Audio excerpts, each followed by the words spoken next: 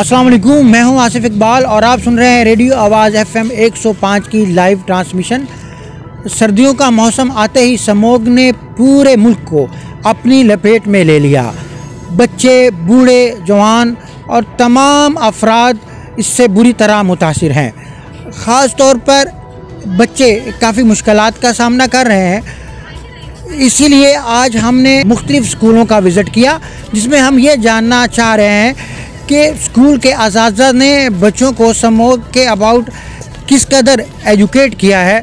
इनसे हम मुख्तलिफ़ सवालात करेंगे और ये जानने की कोशिश करेंगे कि बच्चे स्मॉग के बारे में क्या अवेयरनेस रखते हैं, इसकी हिफाजती तदाबीर क्या है, स्मॉग बनती कैसे है और ये आपकी सेहत पर किस कदर ख़तरनाक असरात छोड़ती है। आइए आपको ऑफिसर कैडेट कॉलेज जंग कैंपस के चंद एक क्लासरूम में ले जाते हैं।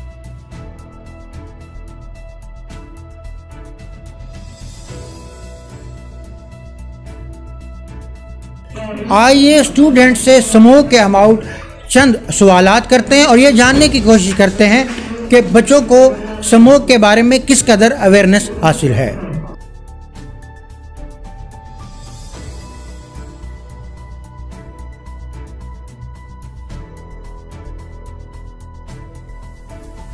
और आपको जैसा कि बता चुके हैं कि हम इस वक्त officer cadet college boys campus में मौजूद हैं। स्मॉग के अबाउट बच्चे क्या मालूमात रखते हैं और असातिज़ा ने इनको किस कदर एजुकेट किया है, ये जानने के लिए हम बच्चों से फर्दर कुछ सवालात कर रहे हैं। अस्सलाम वालेकुम।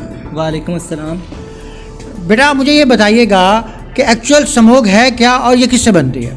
स्मोक ठहरी हुई हवा की एक घनी तह है जो ज़मीन की सतह के करीब उस वक्त बनती है जब फ़िज़ाई आलूदगी बढ़ जाती है। ये ज़्यादा ट्रैफिक वाले शहरों में और ज़्यादा तरक्की याफ्ता शहरों में और ज़्यादा सनत के अखराज होने वाले धुओं के इलाकों के करीब ज़्यादा आम है। और दूसरा सवाल कि ये कैसे बनती है, ये नुकसानदेह मादा उस वक्त बनता है जब सूरज की रोशनी, गैसों और गाड़ियों से खारिज होने वाला धुआं ज़मीन की निचली सतह में आपस में रद्द अमल करते हैं। गुड। आइए अब दूसरे स्टूडेंट की तरफ चलते हैं। अस्सलाम वालेकुम। जी वालेकुम अस्सलाम। बेटा आप मुझे ये बताइएगा कि स्मॉग से आपकी सेहत पर क्या असरात पड़ते हैं। स्मोक से हमारे सेहत पर ये असरात पड़ते हैं जिससे हमें सांस में दुश्वारी, गुरगुराहट, खांसी और गले में ख़राश, उसके अलावा हमारे स्किन कैंसर और उसके अलावा जो होता है कि गाड़ियों के हादसात और हवाई जहाज़ के हादसात को भी इससे जन्म लेते हैं। और इसमें एक और बात आती है कि जब बच्चा पैदा होने लगता है तो उसमें मुश्किलात और उस जो वज़न होता है उसमें कमी होती है, ये इसमें आ जाता है।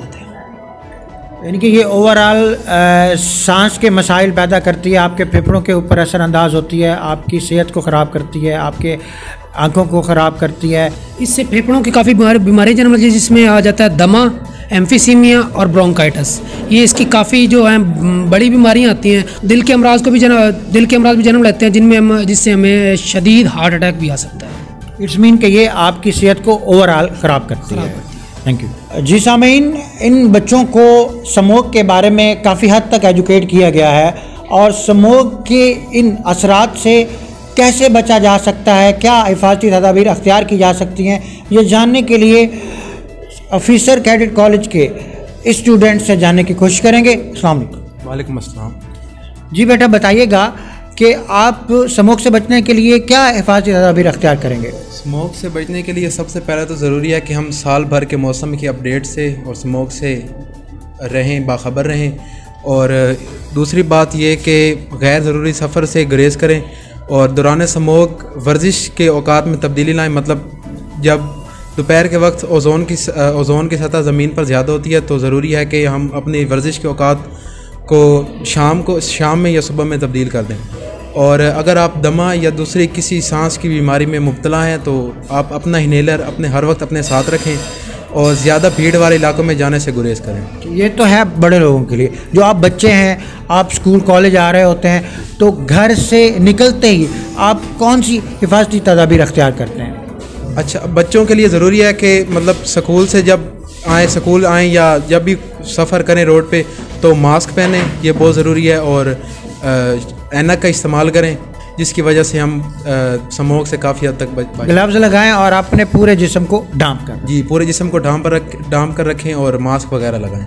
गुड। अमीन, जैसा कि हम आपको पहले भी बता चुके हैं कि इस वक्त आवाज़ FM 105 की टीम ऑफिसर कैडेट कॉलेज में मौजूद है और हम ये जानना चाह रहे हैं कि असातिज़ा ने अपने बच्चों को कितना एक स्मोक के बारे में एजुकेट किया है, वो कितनी एक मालूमात रखते हैं। ये जानने के लिए हम इस वक्त क्लासरूम में हैं। क्लासरूम के ये बच्चे कितना एक स्मोक के बारे में जानते हैं, इनकी हिफाजती तदाबीर के बारे में, इनके नुकसानात के बारे में और ये सेहत को कितना एक ख़राब करते हैं, ये सब कुछ जानने के लिए हम इन स्टूडेंट से मुखातिब होते हैं। आइए क्लासरूम की इस स्टूडेंट से स्मोक के बारे में जानकारी हासिल करते हैं। अस्सलाम वालेकुम। वालेकुम अस्सलाम। क्या गुड नेम है आपका? फरवा नज़र। फरमा नज़र, आप मुझे ये बताइएगा कि एक्चुअल स्मोक है क्या? स्मोक एक हवाई आलूदगी है जो इंसान की देखने की सलाहियत को कम कर देती है। ये लफ्ज़ सबसे पहले 1900 में हमें धुंध और धुएं के मिलाप की वजह से सुनने में आया था। आम तौर पर हम जानते हैं कि जो स्मोक है वो कोयले के जलने की वजह से बनती है और ये सर्दियों में मौजूद होती है और सर्दियों में हमें शहरी इलाकों में और सनती कारखानों में ये बहुत ज़्यादा देखने को मिलती है। जो स्मोक है उसमें बहुत ज़्यादा बारीक ज़रात पाए जाते हैं जो कि मुख्तलिफ गैस, मिट्टी और पानी के बुखारात से मिलकर बनते हैं। उसके बाद सर्दियों में इन्वर्जन के अमल की वजह से जो बादल होते हैं वो ज़मीन की सतह पर आ जाते हैं और आमतौर पर सूरज की वजह से और उसकी तपिश की वजह से गायब हो जाते हैं, जिसको हम फोग कहते हैं। आज जिस फोग का हमें सामना है वो फोग नहीं, स्मोक है। स्मोक पीली या काली धुंध का नाम है और ये एक हवाई आलूदगी है। हवाई आलूदगी में फैक्ट्रियों का धुआं, गाड़ियों का धुआं, मतलब जितनी भी आलूदगी, हवाई आलूदगी है वो स्मोक में शामिल हो जाती है और ये इंसानी ज़िंदगी पर बहुत बुरे असरात मरतब करती है। Thank you. अस्सलाम वालेकुम। वालेकुम अस्सलाम।